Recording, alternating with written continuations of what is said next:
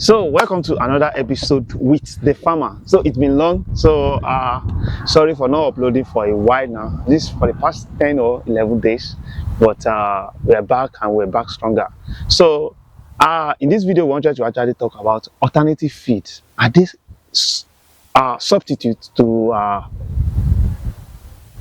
normal livestock or poultry feed? So I have here with me an expert in poultry who have been in poultry business for long. He wanted to share his experience. You know, right now you discover that many people are talking of alternative feed, and if you have come outside with my channel, you discover that I've talked about it before, and I have explained that alternative feed, can they replace livestock poultry feed, like the normal livestock feed or poultry feed? So he's here to actually explain to us if they are replaceable or not.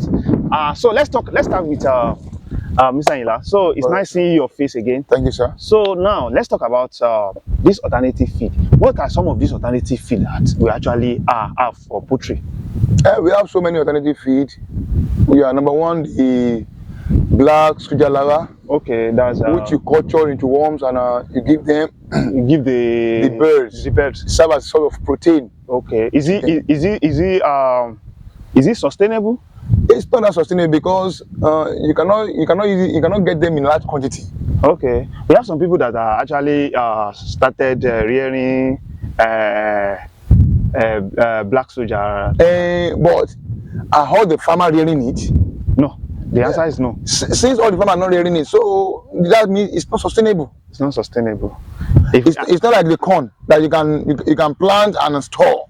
Okay. Yes. You're right. That one you cannot store it. But can we even get up to like 10,000 tons? You cannot get like a farmer that is rearing up to 10,000 birds. Will you be able to use those things to feed the birds? It's not readily available. It's not readily available. It's not ready to feed that kind of. That means it's not sustainable. It's not sustainable. So okay, that's black soldier larva. So which other one do we actually have? The other one that we actually have is just to serve as supplement. Okay. Not to replace the place of corn, the place of wheat over, the place of soybean. Okay. Just like we have the cassava peels. Cassava peel can be used to replace the form of energy. Okay. But how often do you get cassava peels? Yes. Which simply means the breweries also are competing with it. The brewery waste which they obtain, the birds cannot feed on those, whereby pigs feed on it. Yes. Okay. Yes. Pigs feed on it. Yes. So except the one that you peel, like the local fufu producers, the local garri producers, and you peel it and you can dry. Once it dry, you can grind. Okay. So we now mix it with other ingredients. Okay. Now the maize cob also can also be used. But how long can we store it? Okay.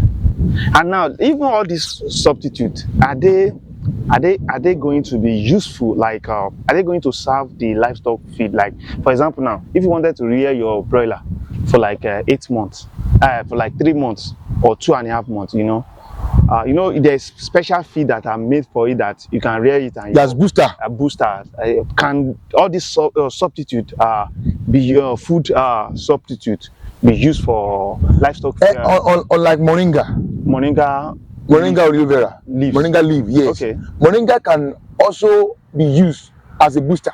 Okay. Because it gets most minerals and vitamins inside it. Okay. When you use moringa as a booster, it makes the chicken to be much heavier.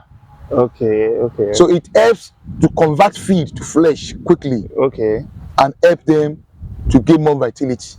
Okay. When you mix wood ash in their feed, it also helps to gain weight.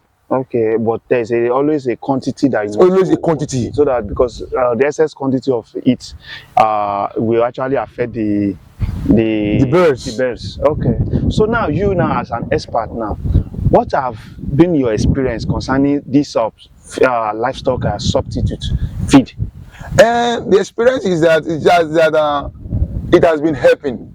Okay. It has been helping. Now, if I have this substitute at home, I don't have enough maize. Okay. I can use 80% of maize, 20% of the substitute Okay. to augment. Okay.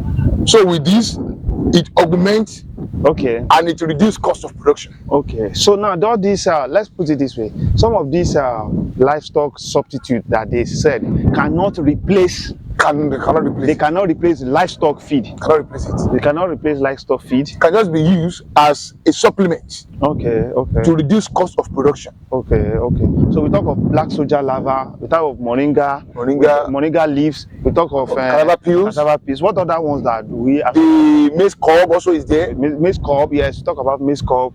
And so many, and black soldier lava, and so on. What about this pap shaft, which is eri? Pap shaft also is there. People know that they call it a eri to feed goat, to feed ram. But in feeding chicken, you have to dry it. Yes, okay. To prevent CRD. Okay. But if you give them fresh, it can aggravate. It can propel CRD. Okay. But when you dry it, then you can use it to mix their feed to reduce the cost of production. Okay, now before we leave, what would be your advice for someone that is thinking of this supplement, this livestock feed substitute for poultry? What would be your advice for this person? Because many videos has been coming out right now. People are talking of this substitute for poultry, stuff like that. What would be your advice for? My advice is just that you can use the substitute as a supplement. Okay. Not as a sole replacement. Okay. For the feed, whereby it will help to reduce the cost of production. Okay. Now, I feed them with the normal feed in the morning. I can use the worms gotten from the black soldier lava to feed them in the evening. Okay.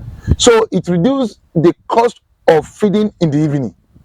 Mm-hmm. That one replaces the cost of feeding for the evening. Okay. So thereby it reduces the cost of production. So okay, and more importantly, I think it is very important as you are substitute feeding them. It is important to check your production line too. I hope the production of those the birds are not dropping in terms of weight or egg production.